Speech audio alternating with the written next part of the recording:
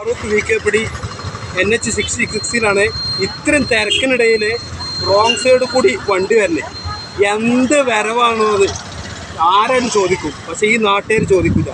കാരണം ആ വരേണ്ടത് ഈ നാട്ടുകാരാണ്. ഈ നാട്ടുകാർ എന്തുകൊണ്ട് വരുന്നു, ആരാണ് ഈ നാട്ടുകാർ, അത് മനസ്സിലാക്കിയാൽ ആരും ആ ചോദ്യം ചോദിക്കില്ല. ഇവയ്ക്ക് വേണ്ടി ഭൂമിയും പണവും നഷ്ടപ്പെടുത്തി അയൽവാസികളായി ജീവിച്ചവർ ഉപ്പും മുളകും അമ്മിയും അമ്മിക്കുട്ടിയും ഒരലും ഒലക്കയും പരസ്പരം കൈമാറി ജീവിച്ചവർ ഇവിടെ നിന്ന് പോകേണ്ടി വന്നു.